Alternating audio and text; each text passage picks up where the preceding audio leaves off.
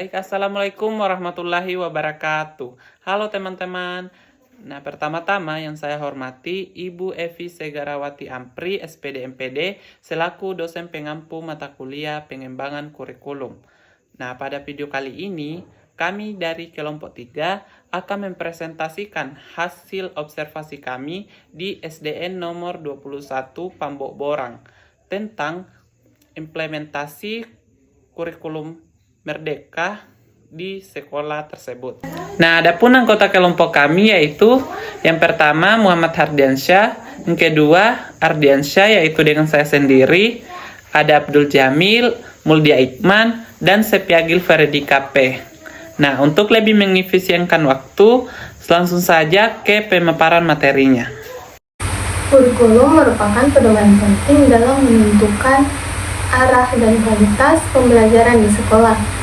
Saat ini, Indonesia telah menerapkan kurikulum merdeka, sebuah pendekatan yang menekankan pada kebebasan guru dan sekolah dalam mengembangkan proses belajar yang sesuai dengan kebutuhan peserta didik serta kondisi lingkungan sekitarnya.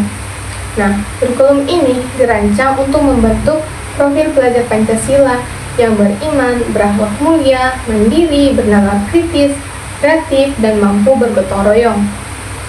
Nah, di tingkat sekolah dasar, implementasi kurikulum merdeka memiliki penerapan yang sangat penting karena menjadi dasar dalam pembentukan karakter dan kemampuan berpikir anak. Melalui pembelajaran yang fleksibel dan berpusat pada peserta didik, sekolah dasar diharapkan mampu menciptakan suasana belajar yang lebih menyenangkan dan bermakna. Jadi di sini saya akan membahas sedikit tentang teori yang ada di dalam buku pengembangan kurikulum, tepatnya di bab 6, prinsip penerapan kurikulum dalam pembelajaran, dan bab 7, komponen tujuan dalam kurikulum pendidikan. Pada bab 6, prinsip penerapan kurikulum dalam pembelajaran, penerapan kurikulum menekankan pada pentingnya keselarasan antara tujuan, isi, metode, dan penilaian agar pembelajaran berjalan efektif dan mencapai kompetensi yang diharapkan.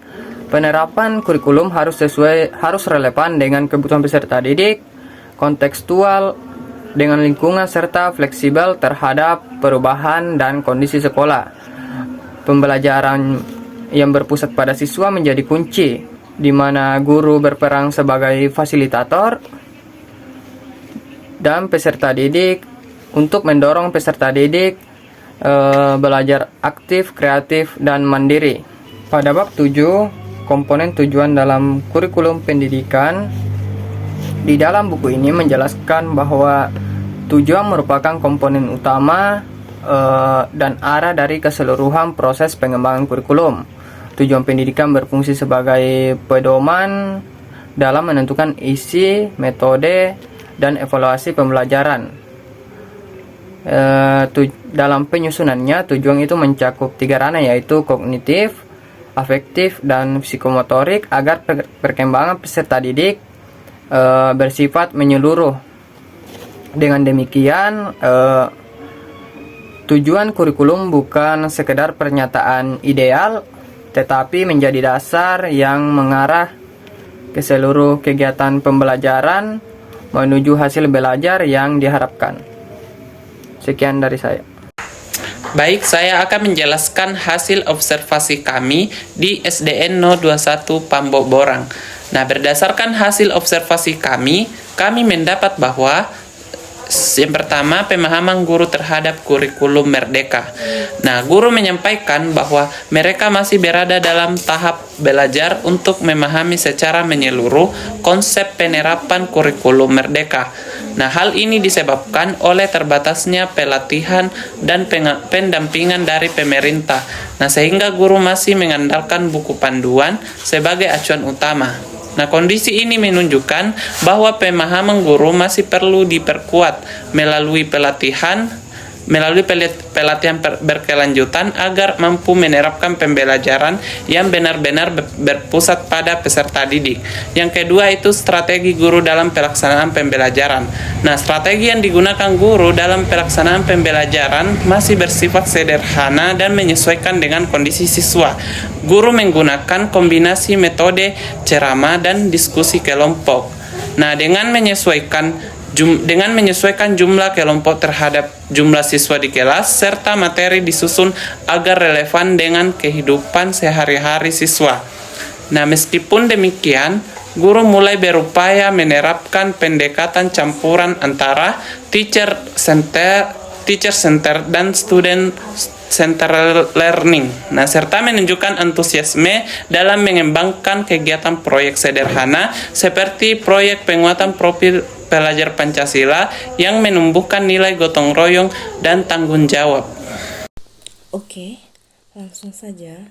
Poin ketiga itu tantangan dalam implementasi kurikulum merdeka. Tantangan utama yang dihadapi guru terletak pada keterbatasan pelatihan, pemahaman, dan konsep kurikulum, serta sarana dan prasarana.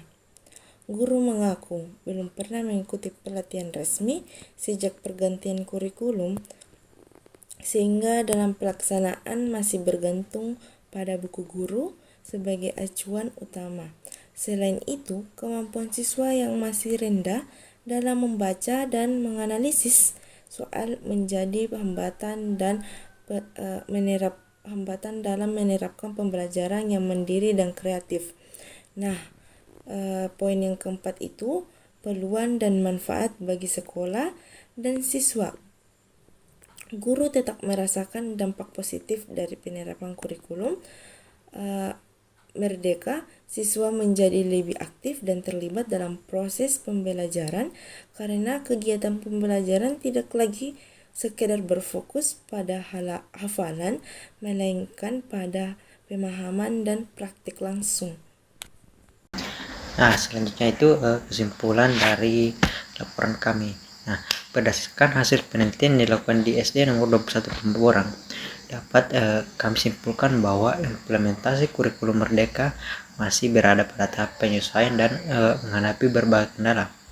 Pemahaman guru terhadap konsep kurikulum merdeka masih terbatas akibat kurangnya pelatihan dan pendampingan dari pemerintah. Strategi pembelajaran yang diterapkan guru masih sederhana dan cenderung memadukan pendekatan teacher center dan student center learning. Selain itu, tantangan yang dihadapi meliputi keterbatasan prasarana, kemampuan dasar siswa yang beragam, serta kurangnya dukungan teknis. Namun, penerapan kurikulum merdeka juga memberikan dampak positif seperti peningkatan keaktifan dan kemandirian siswa melalui kegiatan proyek yang menumbuhkan nilai-nilai gotong royong, tanggung jawab, dan kerjasama. Dengan demikian, keberhasilan implementasi kurikulum ini sangat bergantung pada peningkatan kompetensi guru, dukungan fasilitas, serta pendampingan berkelanjutan dari berbagai pihak. Terima kasih. Baik, itulah tadi pemaparan materi dari kelompok kami. Saya akhiri dengan ucapan terima kasih. Wassalamualaikum warahmatullahi wabarakatuh.